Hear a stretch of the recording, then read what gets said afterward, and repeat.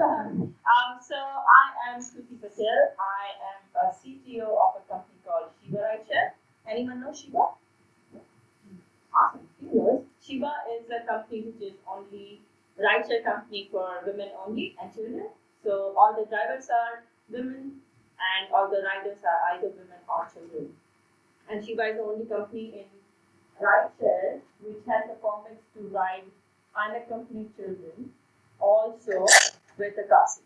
So yeah, that's background of Shiva. Um, so basically, I came in here to talk about what are my learnings as a CTO.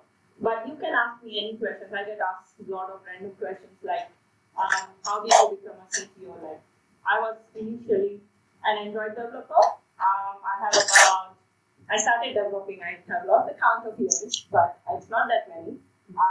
But I started developing Android apps in 2008, end of 2008, and since then I've been Android dev until last 2 years. So yeah, and I was like, what are the learnings which are useful as a developer if you are aspiring to be a CTO, or if you want to know just that what does a CTO of a startup does? Okay, I'm no big company CTO, so yeah. So one of the biggest learnings I learned is join the company if you believe in it, because CTO is a very big company. I am on call 24/7. If my developers are awake, I am awake with them and working with them because I take that responsibility that I'm not just a boss, I am a co-worker with them and I have to help them out. So it's a very, very big responsibility. So if you don't believe in a company, you will not have that much passion and enthusiasm to work overtime without worrying about like, oh, am I going to get paid overnight for the overtime work, or am I going to get pretty much like say, do I get the annual leave extra or whatever? You have to give up a lot as a role of as soon as you get into the CTO sort of role. This one is interesting. I was actually gonna say gender and age in here because it has happened a couple of times during the investment time as well that they would be like, oh, she's so young and a female and CTO. How can we trust you, or how is she talented enough to do that job? And in my opinion, this is just a number, and I've proven that because when you go into the meeting with them and you know more than them, often that happens. This is voided, and you don't have to worry about what age you are to become a leadership employee or say a manager or something. You don't have to worry about it. All you have to care about is your knowledge. Knowledge is the boss. Yeah. So that was another learning. I was hesitated when I got the role that should I do it or am I too young for it? And also I was like, I just have 12 years of experience. I'm not capable of doing the CTO role. But surprise, I can do it. Everyone can do it. This is such a big myth. Most of the people have that CTO role is very focused on technology. It's so not. I do maybe 5% in my week programming, and that is because I force myself to do it. But most of the times I am the weirdest things which I have not done. I review tenders or the government commit or compliance documents and stuff like that to make sure that technology aligns with all these compliance requirements. I take care of my team, so I do a lot of team and people management stuff. I do help in project management, agile methodologies and stuff like that a lot.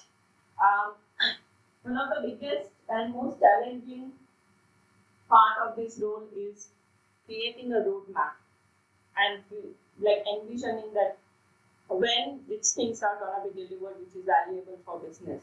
And that has been a very challenging process for me because there are so many things which happens in a product and everything is high priority. And when you talk to a founder, she knows everything. So what would you do at that time and how will you negotiate that is the biggest, and that takes most of your time. There are a lot of this B2B engagements that happens, which a CTO does heavily because CTO has to review all the softwares or tie-ups that we are going to do. I'm a heavy advocate of data security as well, so I make sure that any information that we are sharing with another business partner, we do not give way too much information because this platform is mainly for women's safety. So we have to take care of the level of information we share with other companies. So yeah, these are the main jobs. Oh, I hope I'm not forgetting anything. And yes, I also do architecture. So I do overall architecture of the solution, but then team goes and develops that. So I do collaborative work with them, but it's like higher level of estimation goes to me first, and then we all sit together, architect it how we want to implement it and deliver it. So mainly for me, I come with a mindset that how it is gonna impact the business instead of not on nitty-gritty detail of how they have implemented it, but more over how it's gonna impact them, how much time it's gonna take and stuff like that. So a little bit way more in terms of like project management. This one is so important, and I've learned it hard way. There are so many things a CTO does, and we don't know everything. And my learning was to be upfront and honest. Like when I went for an interview over there, they asked me that what is my weakness and how they can help me, and I said that my weakness, and that is my weakness. I am not too good at front-end technologies. That's my weakness. I don't know that much. I've always been Android developer. So mobiles is my kind of expertise, but not back-end and front-end as much. So I said that what I'll do to cover that is hire a senior engineer or a tech lead who is capable of that and who is shadowing me and helps me. I was upfront about it. I was honest about it. If they don't want to give me the job with that, it's better now than later, because when you go into the job with false promises, CTO role is something that you will pick it up very quickly. When I joined, first day, got an email from Google Maps about the application was so old with Google Map services. It was using the Wii version that we had to update it immediately within 5 days of time, otherwise they were going to get deprecated. And that I had to and I didn't have at the time any developer. When I joined the company, I had to go through the budgeting and hiring process and build the team in-house. So I didn't have any developer. So that was a very big challenge for me as soon as I jumped in. But because it was Android and iOS, I knew how it works and I could do Android work and got my sister to do the iOS work. FYI, my sister is a twin sister of mine and she's an iOS developer. So that's how we sorted it out. But if I didn't know, that was my first week and I would have been busted straight away. So it's a good thing to be honest and upfront. Still, sometimes it happens that they will send me during the shareholder pitch that they were developing. They asked me about the security of our platform and write down a document for that. I had no idea about that. So what I had to do, I had to ask them what all information they need, and based on that, I did research some things online and built a document. So there are so many things that happens as a CTO role which you would not even think, and you might actually have to jump into it because you are the only one who can help them out, right? And yeah, one of the other things which I've learned is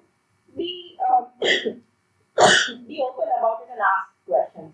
Like ask questions to other people who are CTOs, ask questions to network more, learn from each other. There is no question which is a stupid question and stuff like that. So these are my main learnings. Technology, yes, but not as much as these other things that you are not. Technology you already know, and that's why you are there at the CTO level. But the other things that comes around it is way too much. Well, I think this is the last one. I have 5 main learnings. And this one is you are responsible for the failure and success. Any feature that goes out, any app that rolls out, any website functionality that goes out, anything that goes out, if it fails, you have to write incident report. You have to meet the shareholders or board of directors and other C-level execs and give them report, give them like all the details about what went wrong and like everything. And it is very daunting. It is scary because we had one very critical issue, and you have to cover your team, you have to make them safe, but at the same time, you have to accept the mistake as your mistake, not your team's mistake, if that makes any sense, because you are a leader. This is not a developer's role where you have someone who is backing you up sometimes. This is like you are in the front and you have to take all the things that comes. So you have to take all the pressure that comes. At the same time, you have to make sure that your team is not affected by that. So it's a very tough area where I have struggled a little bit. When it is successful, you give credit to your team. When it fails, you take the shit on yourself. It's a very, very interesting place to be in. When it gets praised, you are not in the picture, your team is, and you have to be very giving in this role, which is one of the biggest key things I've learned, that you can't take this, otherwise they will not listen to you tomorrow. And I was lucky, as I said before, with age, I am in like mid-age in my team, so I have 10 people team, and I'm in like middle. So I have some people who are very, very senior, and one guy is around 57 years old. So, but they all respect me, and that's why I say that age is not the number. How you work, how you treat your team, and how you are managing them is what it shows, and how you are working with them as well. It showcases that you are capable as a leader, not your age.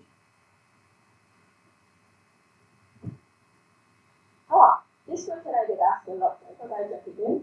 How does my average day look like? So I go in the morning to work, then I'll have about a stand-up with my team for 10 minutes, and I'll make sure that they are focusing on the right things, because this is a platform where we have 2 sets of users, riders and the drivers, and 4 apps, 3 websites now, and massive backend system. So we have so many areas that are connecting together. We have to make sure that everyone's focusing on the right thing, because that's what I would have committed to the business as well. So we do stand up. After that, I go through my emails. I get like so many emails every day.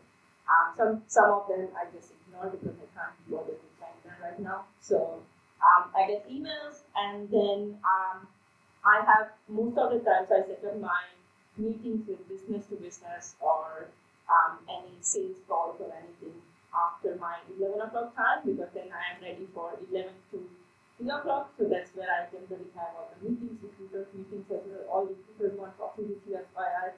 So choose your recruiters wisely. And then at the end of the day, I do all the email replies in terms of business inside. So if we have released any features, if I have to ask my team to deploy anything, any follow-ups, everything goes to them. So that's my generally normal day-to-day.